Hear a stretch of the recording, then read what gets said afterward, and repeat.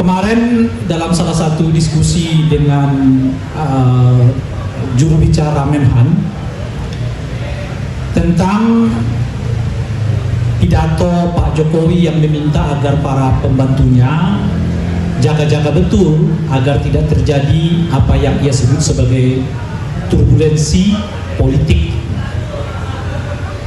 Ketika saya ditanya apa kira-kira komentar saya terhadap pernyataan Presiden ini, saya menyatakan heran. Heran kenapa?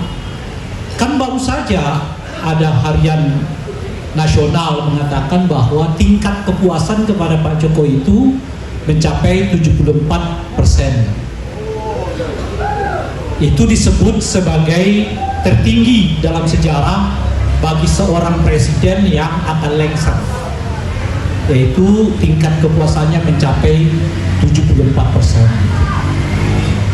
Lalu saya bertanya, apa yang membuat Presiden khawatir akan terjadi turbulensi kala 74% tingkat kepuasan terhadap dirinya? Kan nggak masuk akal kan? Tingkat kepuasan sangat tinggi, 74%, malah presidennya ngomong, hati-hati loh, ada turbulensi politik. Jadi itu fakta atau fiksi? Ya saya nggak tahu, justru makanya saya tanya. Baru saja ada survei yang menyebut tingkat kepuasan kepada presiden 74, tapi si presidennya malah khawatir jangan-jangan ada turbulensi politik.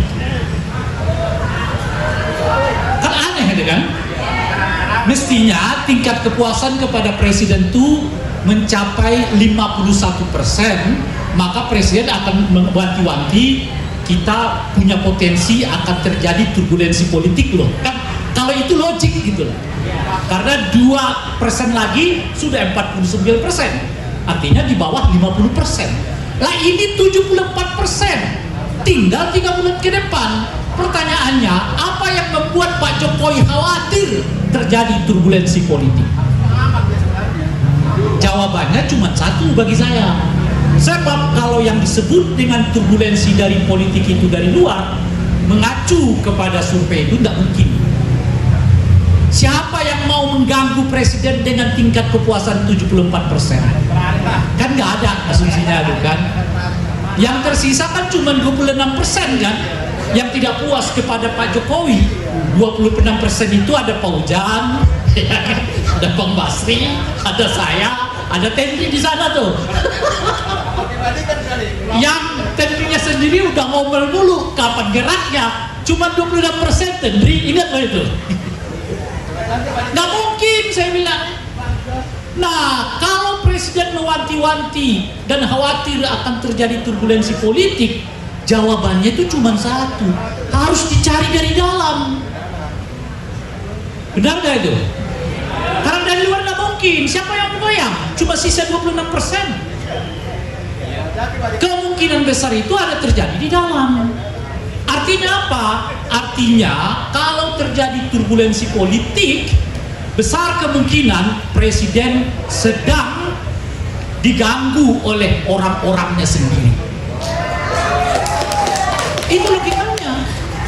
Dan sinyal itu menurut saya kuat. Saya kasih contoh saat itu. Pertama, dengan cara sangat terbuka, Prabowo mengatakan tidak setuju pada program UKT. Terbuka, bukan lagi malu-malu, terbuka mengatakan saya nggak setuju dengan kebijakan kenaikan UKT. Kalau saya nanti presiden, sudah jadi presiden yang belum dilantik, kan kira-kira begitu, saya akan cabut ketentuan itu, bahkan saya akan gratiskan semua uang kuliah bagi perguruan tinggi negeri. Ya kita lihat aja. Itu sinyal pertama tuh. Sinyal kedua, Tapera.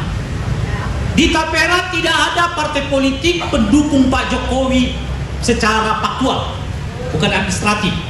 Karena PDI Perjuangan itu pendukung Pak Jokowi secara administratif. Nasdem itu pendukung Pak Jokowi secara administratif. Tetapi secara politik sekarang tidak lagi. Mereka berbeda. Ketika keluar kebijakan Tapera, tidak ada satupun partai politik pendukung Pak Jokowi secara politik hari ini yang menyatakan dukungan terhadap Tapera meskipun mereka nggak terbuka untuk menyatakan menolak. Dua kan? Yang ketiga, ternyata seluruh praksi setuju budget untuk makan siang gratis cukup 71 triliun di tahun pertama. Itu akan kita lihat itu nanti, karena di kepala orang 450 triliun. Seluruh rakyat Indonesia akan makan siang. Tiba-tiba yang makan siang itu nggak sampai sepertiga. Kebayang nggak nanti itu? Dan semua fraksi nggak ada yang menolak, setuju.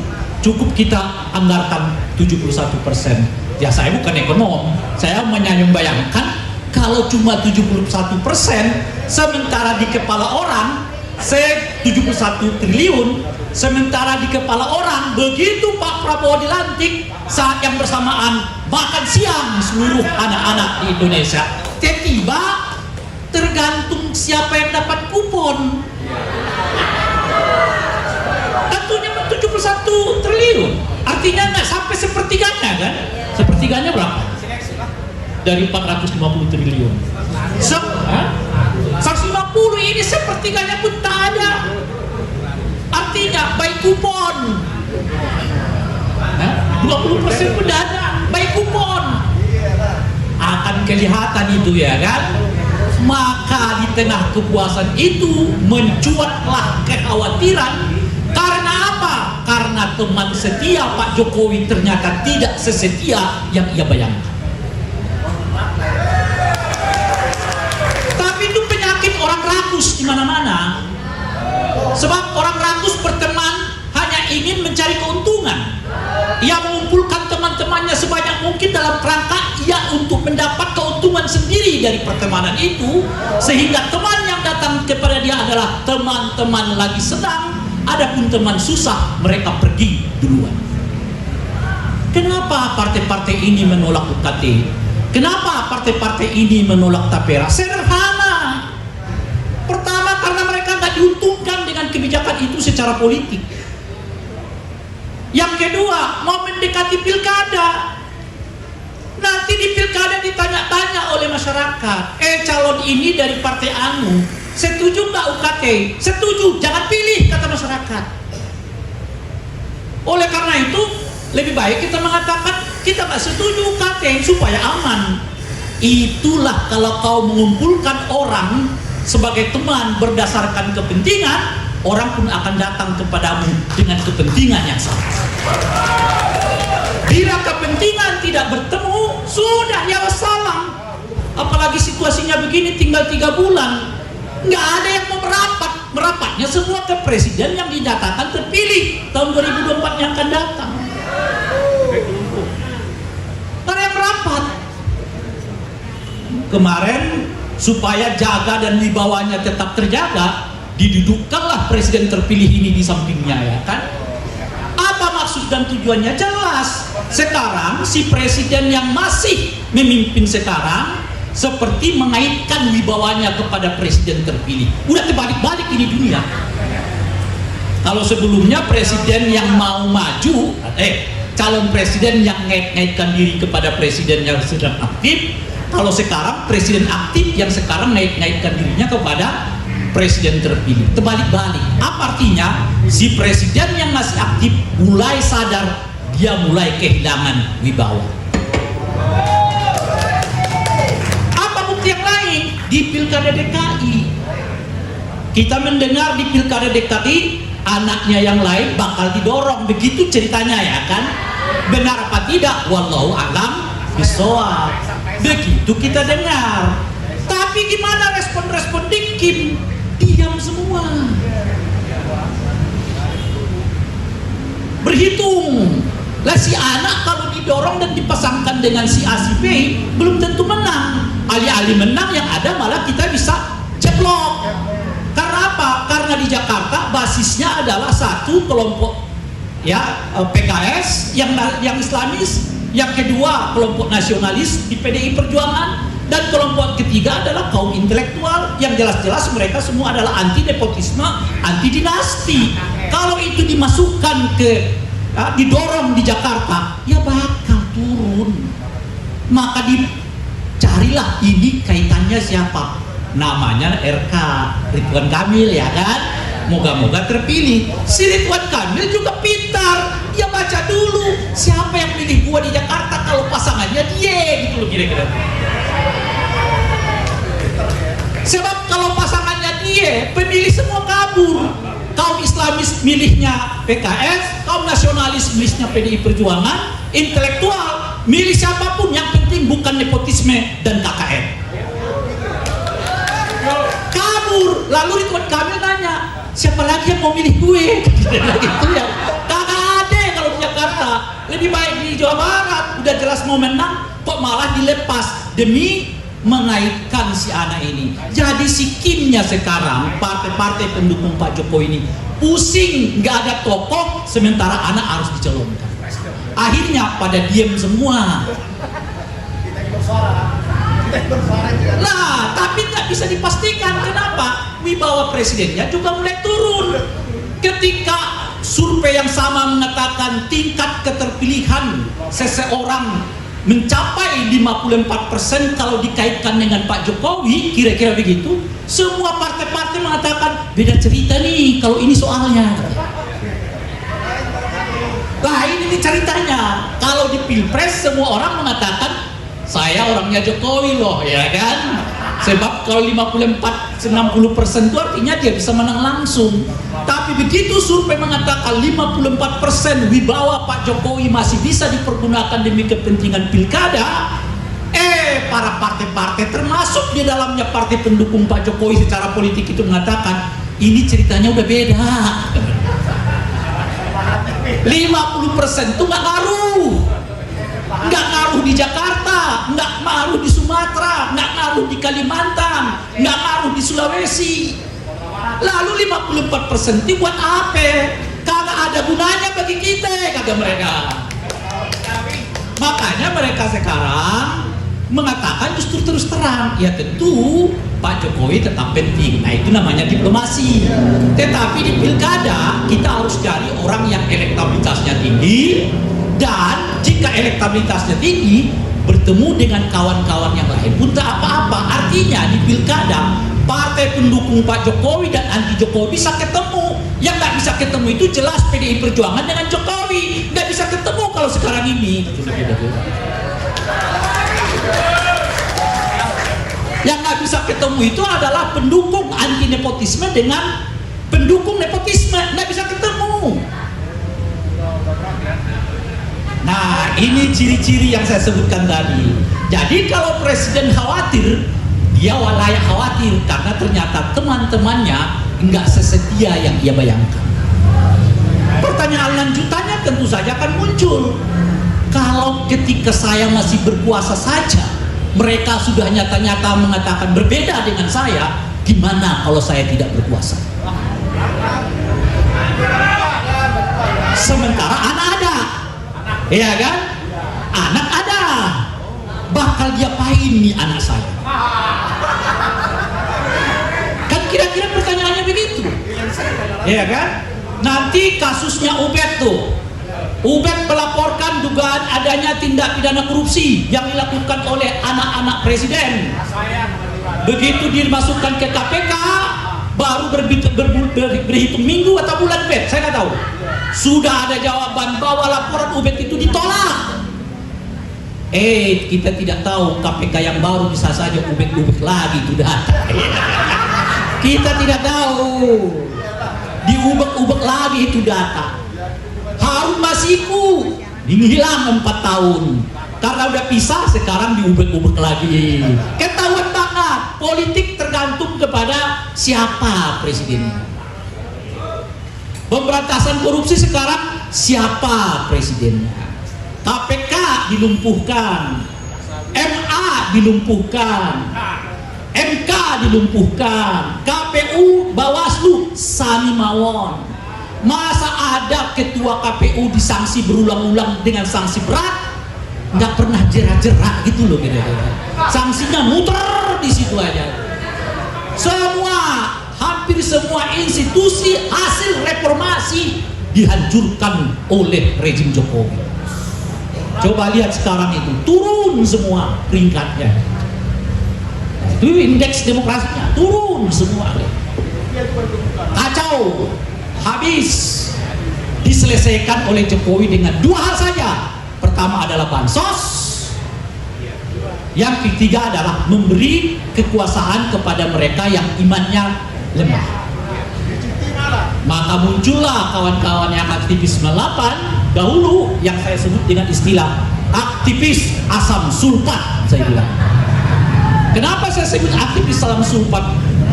Begitu mereka masuk kekuasaan, mereka lebih garang lagi menghantam semangat reformasi dibandingkan oleh orang-orang yang sejak dahulu berpaham anti reformasi. Mereka tidak malu-malunya tampil ke depan mengatakan nepotisme itu boleh. 3 periode itu sah-sah saja. Itu semua adalah mantan-mantan aktivis 98 sebagian. Yang saya sebut sekarang bukan aktivis 98, tetapi mereka adalah aktivis asam sulfat. Tidak malu-malunya. Maka yang muncul sekarang marah nepotisme di mana-mana. Saya sudah berulang kali mengatakan per tahun 2020 saja di Indonesia ini dipimpin oleh nepotisme hampir 117 daerah. Itu setara dengan 20% total dan jumlah daerah di Indonesia. Anggota DPR kemarin menurut data yang sudah disampaikan, nepotismenya meningkat dari sekitar 23 sekarang bisa mencapai 30%. Hasil produk pemilu tahun 2024 yang lalu. Intinya meningkat. Apa yang bisa kita katakan dengan apa yang dilakukan oleh Pak Jokowi, membiarkan anaknya maju menjadi calon wakil presiden. Sekarang kita dengar anaknya bakal calon gubernur, menantunya menjadi calon gubernur. Itu mempermaklumkan kepada semua orang bahwa nepotisme bukanlah perbuatan keji di dalam demokrasi, meskipun ia dibenarkan secara hukum, tetapi secara moral dan etik mestinya itu dihindari. Nah, oleh karena itu saya menduga jelang pilkada 2024 ini yang meningkat bukanlah partisipasi, yang meningkat bukan kecerdasan publik, yang meningkat bukanlah partisipasi publik. Apa yang meningkat? Nepotisme ataupun dinasti. Saya khawatir kalau 2020 saja sudah 20% daerah kita dikuasai nepotisme, tidak menutup kemungkinan 2024 ini kita bisa diselimuti oleh penguasa nepotis mencapai 25% dari total keseluruhan wilayah kita. Lalu mereka yang pro nepotisme masih mau mengatakan yang penting dipilih. Saya tidak tahu hakim MK buat argumen yang kayak begini, dari mana mereka pungut argumen ini coba. Saya belum pernah ada yang menyebut nepotisme itu halal karena ia dipilih secara langsung. Di buku mana itu dicatatkan? Mengapa cara berpikir yang kayak begitu bukan hanya merasuk di para buzzer-buzzer, tapi merasuk di hakim-hakim konstitusi bahwa nepotisme itu boleh kalau ia dipilih. Itu di buku mana dibaca itu? Meningkat. Ancaman kedua di pilkada 2024 ini bukannya nepotisme, apa yang lain? Membuat bansos merajalela. Karena udah bisa dibuktikan bahwa bansos itu kata MK tidak punya efek kepada terpilihan seseorang. Oleh karena itu boleh jadi 2024 ini ya pilkada kita merupakan pesta bagi 3 hal. Pesta pertama adalah pesta kaum nepotis dan dinasti politik, kedua adalah pesta bansos, dan yang ketiga adalah pesta politik uang. Lalu pertanyaannya kepada Gen Z ya, yang akan mewarisi republik ini, pertanyaannya cuma satu: apakah Apa Anda mau republik ini diwarisi dengan 3 penyakit bagi demokrasi?